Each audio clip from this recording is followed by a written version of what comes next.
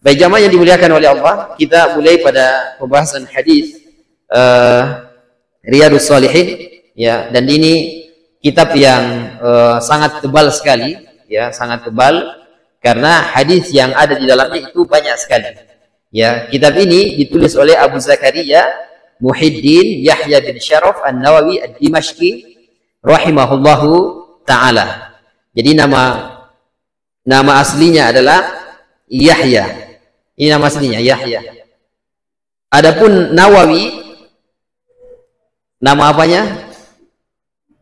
Ya, nama tempat tinggalnya dia. Misalnya antum Endre Kangi, ya misalnya. Antum dari mana? Ana Endre Kangi. Ya, berarti dari mana? Dari Endre Kang.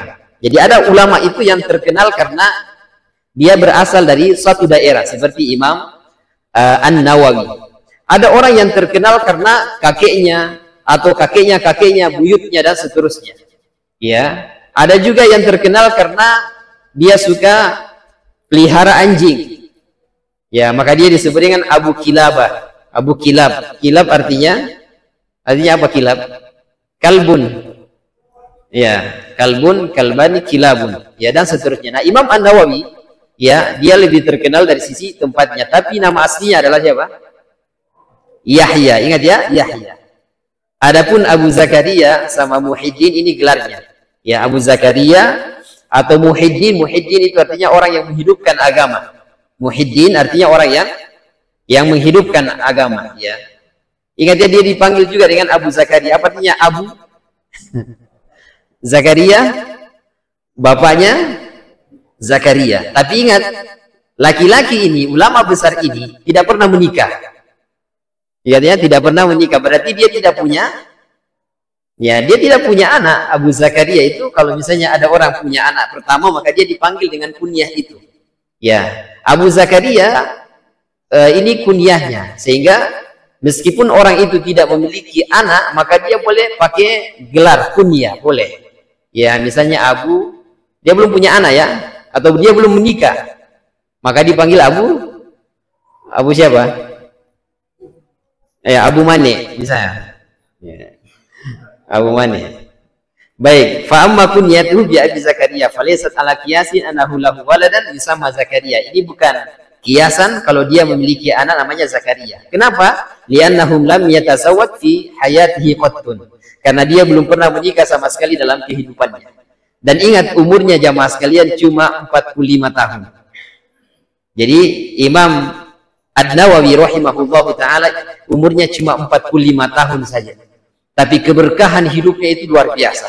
Kitab-kitab yang ditulis oleh beliau, Arba'in Nawawi, kemudian Riyadhus Shalihin, ini yang kita bahas sekarang. Kemudian Al-Majmu', Syarhul Muhadzab, kemudian At-Tibyan fi Adabi Hamalatil Quran, dan banyak lagi kitab yang lainnya.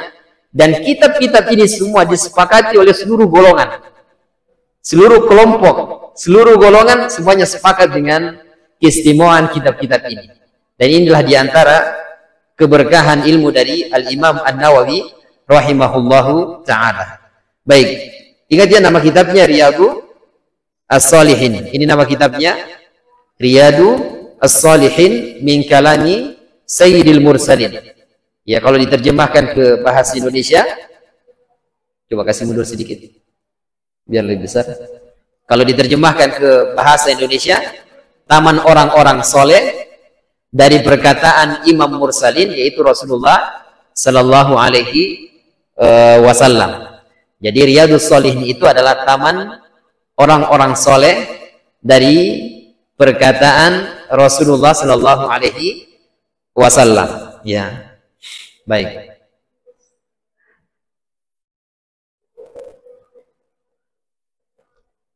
Jadi taman orang-orang soleh dari perkataan Imam Mursalin Rasulullah Sallallahu Alaihi Wasallam.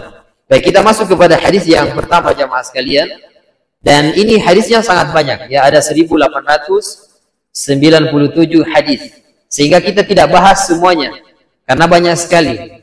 Ya, kita cuma ambil hadis-hadis yang kira-kira kita belum pernah mendengarkannya. Kalau itu hadis Nabi Sallallahu Alaihi Wasallam, atau mungkin kita pernah mendengarkannya tapi kita ingin menggali banyak faidah dan pelajaran dalam hadis tersebut. Baik, hadis yang pertama jamaah sekalian, ini hadisnya sangat panjang sekali dari jalur sahabat Abu Hurairah radhiyallahu taala anhu yang diriwayatkan oleh Al-Imam Bukhari dan Imam Muslim, ya, tentang 3 orang yang diuji oleh Allah Subhanahu wa taala. Mulai dari yang pertama yaitu orang yang punya penyakit kulit, ya, dia kusta. Kemudian yang kedua orang yang tidak punya rambut, botak, ya, botak. Kemudian yang ketiga orang yang tidak bisa melihat, ya, buta. Sudah tulis sini? Baik. Ingat ya, nama perawinya Abu Hurairah radhiyallahu taala anhu. Siapa nama aslinya Abu Hurairah? Ya, Abdurrahman bin Sakhar, ya. Abu Hurairah, kenapa dijuluki Abu Hurairah? Apa artinya Hurairah? Kucing. Berarti dia suka melihara apa? Ya, kucing. Sehingga disebut dengan Abu Hurairah. Ya, Abu Hurairah. Kalau antum suka pelihara kucing, maka bisa juga disebut Abu Hurairah. Versi 2024. Ala kulli hal, Abu Hurairah ini, Abdurrahman bin Sakhar ini, dia suka memelihara kucing. Ketika dia menghadap kepada Nabi Shallallahu Alaihi Wasallam, ternyata kucingnya itu nongol di sakunya, keluar kepalanya. Maka Nabi mengatakan, "Anta Abu Hurairah, kamu itu adalah bapaknya kucing," ya, bapaknya kucing. Sehingga dia lebih terkenal dengan kunyahnya ini, dengan gelarnya ini daripada nama aslinya Abdurrahman bin Sakhar, ya, Abdurrahman bin Sakhar. Baik, kita mulai jamaah sekalian, ya. Ini hadisnya panjang sekali, tapi saya ringkas, ya. Kata Nabi Shallallahu Alaihi Wasallam, "Inna salasatan fi bani Israel, abros wa aqra wa a'ma." Ada 3 orang dari kalangan Bani Israel dan 3 orang ini berkawan, bersahabat. Yang pertama orang yang memiliki penyakit kulit, kemudian yang kedua orang yang botak, kemudian yang ketiga yang tidak bisa melihat, buta. Kemudian Allah Subhanahu wa taala mengirim malaikatnya dengan wujud manusia untuk mendatangi, ya, setiap dari orang ini. Maka yang pertama kali didatangi adalah orang yang punya penyakit kusta, didatangi. Kemudian ditanya, ya, ditanya kepadanya, "Ayu syai'in ahabbu ilaika?" Apa yang paling kamu sukai? Kata dia, "Launun hasan wa jiddun hasan." Ya, jadi warna kulit yang bagus dan juga kulit yang mulus. Itu yang dia inginkan karena kulitnya itu apa? Ada penyakit kusta. Kemudian dia mengatakan, "Orang-orang menjauh dariku gara-gara penyakit ini." Maka malaikat famasahu, mengusap kulitnya tersebut, dan biidznillah, dengan izin Allah Subhanahu wa taala langsung sembuh. Langsung sembuh. Kemudian malaikat yang berwujud manusia ini bertanya kepada dia, ya, kata dia, "Ayyul mali ahabbu ilaika?" Harta apa yang paling kamu sukai? Maka dia mengatakan, "Al-ibilu." Ya, al-jamal. Mana al-jamal? Unta. Jadi dia mau unta. Maka diberikanlah untuknya unta dan malaikat berdoa, "Yubariku laka fiha." Semoga Allah Subhanahu wa taala memberikan keberkahan untukmu melalui unta tersebut. Ini laki-laki yang pertama, ya. Kemudian laki-laki yang kedua, apa yang kedua tadi? Orang yang apa? Ya, yang botak, yang tidak ada rambutnya, didatangi oleh malaikat dalam wujud manusia. Maka malaikat ini bertanya, ya, "Ayyu malin ahabbu ilaika?" Harta apa yang Dia bertanya, "Apa yang paling kamu inginkan?" Kata dia, "Saya ingin, ya, botak saya ini hilang karena manusia menjauh dari saya gara-gara botak ini." Famasahahu, maka malaikat mengusap kepalanya, kemudian tumbuh rambutnya dengan izin Allah Subhanahu wa taala. Subhanallah, ya. Jadi ini malaikat yang diutus oleh Allah Subhanahu wa taala. Tapi orang ini tidak tahu kalau ini malaikat. Ya. Kemudian malaikat bertanya, "Ayyu malin ahabbu ilaika?" Harta apa yang paling kamu sukai? Kata dia, "Al-baqar." Mana al-baqar? Ya, sapi. Maka dikasih sapi. Kata malaikat, yubariku laka fiha. Semoga Allah Subhanahu wa taala memberikan keberkahan untukmu melalui sapi ini. Sudah dua. Kemudian yang ketiga jamaah sekalian, wa ta'al a'ma. Malaikat datang kepada orang yang buta dan bertanya, ayu syai'in ahabbu ilaika. Apa yang paling kamu sukai? Kata dia, yaruddullahu ilayya qasdi fa absiru bihi an-nasa. Saya ingin Allah Subhanahu wa taala membalikan penglihatanku dan saya bisa melihat manusia lagi. Maka malaikat mengusap matanya dan biidznillah, dengan izin Allah Subhanahu wa taala dia bisa melihat. Kemudian malaikat bertanya lagi, fa ayyu syai'in fa ayyu malin ahabbu ilaika? Harta apa yang paling kamu sukai? Kata dia, al-ghanam. Maman al-ghanam? Apa artinya ghanam? Kambing. Ya, kambing. Maka dia dikasih kambing, ya. Kemudian dia juga, malaikat ini mendoakan keberkahan untuk orang yang buta tersebut, ya. Berlalunya masa jamaah sekalian, ternyata doa malaikat ini menjadikan ketiga orang ini ya kaya raya. Yang pertama tadi, orang yang punya penyakit kusta, maka dia memiliki unta ya sebanyak 1 lembah.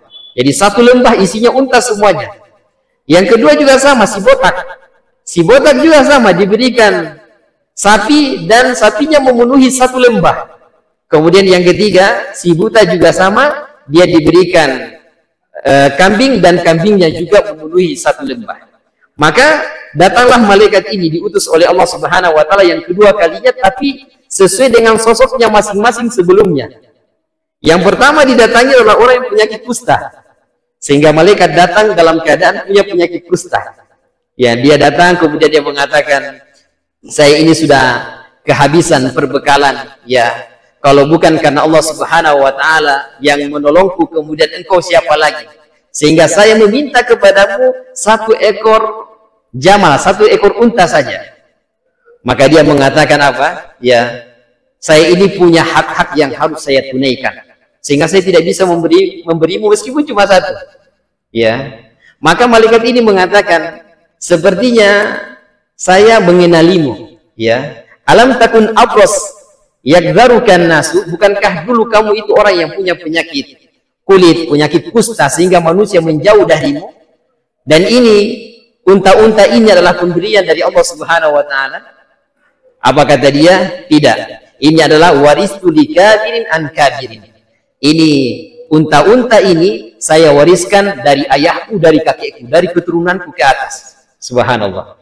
Maka malaikat mengatakan, in kunta kadziban, kalau kau berdusta, fasayyarakallahu ila ma kunta. Maka semoga Allah Subhanahu wa taala mengembalikan kamu seperti semula, seperti dahulu.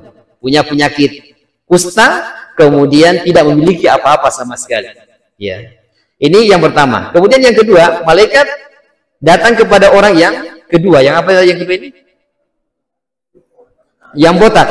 Ya, yang botak. Kemudian dimintai, dia mengatakan, saya ini musafir. Kata malaikat, saya ini musafir, habis perbekalan. Kalau bukan karena Allah Subhanahu wa taala kemudian Anda, maka saya tidak bisa dibantu. Saya minta seekor sapi. Tapi dia juga menjawab sama. Dia mengatakan, saya punya hak-hak yang harus saya tunaikan dan saya tidak bisa membantumu. Ya, saya tidak bisa membantumu. Kata malaikat ini, ka'anni a'rifuka. Sepertinya saya mengenalimu. Bukankah kamu dulu yang botak, yang tidak punya apa-apa, dan sekarang kamu diberikan harta oleh Allah Subhanahu wa taala? Kata dia, sama. Saya memiliki harta ini dari kakek saya, dari nenek saya, dan seterusnya. Maka malaikat ini mengatakan, in kunta kadziban fasayyarakallahu ila ma kunta. Kalau kau dusta, maka kamu akan kembali seperti dahulu. Ya, botak lagi. Ya, botak lagi. Kemudian yang ketiga jamaah sekalian, wa ata al-a'ma. Malaikat dalam wujud manusia dan dalam keadaan buta mendatangi orang yang ketiga, yang dulunya apa? Yang dulunya buta tidak bisa melihat. Maka dia meminta pertolongan agar diberikan seekor kambing. Maka orang yang buta ini mengatakan, ya ini semua adalah milik Allah Subhanahu wa taala. Dan saya tidak keberatan jika kamu mengambil sesuai yang kamu kehendaki. Silakan diambil. Ya, artinya mau ambil setengah lembah silakan, satu lembah pun silakan diambil. Kata malaikat apa? Ya, amsik malik fa inna ma ubtilutum faqad radiyallahu anka. Ya, tahanlah hartamu, tidak usah beri kepada saya karena sesungguhnya kalian bertiga sedang diuji oleh Allah Subhanahu wa taala. Adapun engkau, maka Allah Subhanahu wa taala telah ridho kepadamu. Dan dua temanmu itu yang tadi yang bakhil, yang tidak mau memberi, maka Allah Subhanahu wa taala murka kepada mereka, ya. Allah Subhanahu wa taala murka kepada mereka. Hadis ini jamaah sekalian, ya, dari jalur sahabat Abu Hurairah yang diriwayatkan oleh Imam Bukhari dan Imam Muslim, ya. Saya buatkan ringkasannya, ya. Baik. Yang pertama tadi orang berapa tadi? Yang pertama orang, antum ingat? Ya, kusta. Apa hartanya? Ya, unta. Ini kan satu lembah, ya. Ingat ya, Endrekang ini satu lembah. Jadi kalau unta satu lembah sepenuh Endrekang kota ini. Ya, dan hartanya banyak sekali, ya. Kemudian yang kedua, botak. Apa hartanya? Ya, sapi. Kemudian yang ketiga, ya, buta. Kemudian hartanya adalah kambing, ya. Ini memudahkan kita untuk mengingat alur kisah yang disampaikan oleh Nabi Sallallahu Alaihi Wasallam. Baik, di sini jamaah sekalian kita ambil beberapa pelajaran, ya. Sebagaimana kata Nabi SAW, inna salasatan fi Bani Israel, ada 3 golongan dari Bani Israel menderita penyakit kusta, botak, dan buta. Di sini ada beberapa faidah. Jadi faidah yang pertama, ya, di antara metode pengajaran Nabi adalah kisah, adalah kisah, dan ini tidak tercelah jamaah sekalian. Jadi kalau misalnya ada ustadz, ada syekh, kemudian isi kajiannya itu terkait masalah kisah, maka itu tidak salah. Selama kisah yang disampaikan itu adalah kisah yang benar, ya, kisah yang tidak dusta. Tapi kalau kisahnya dusta, ini yang terlarang. Tapi kalau misalnya kisah yang disampaikan itu adalah dari Al-Quran, dari sunnah Nabi Sallallahu Alaihi Wasallam, dari generasi para sahabat tabiin, maka sekali lagi itu tidak tercelah jamaah sekali, itu bagus. Dan para guru bisa mencontoh ini. Kalau misalnya ada kisah yang diketahui, maka itu disampaikan kepada murid-murid, ya, kepada santri-santri, dan ini metode yang sangat menarik sekali, ya. Kemudian yang kedua, boleh menceritakan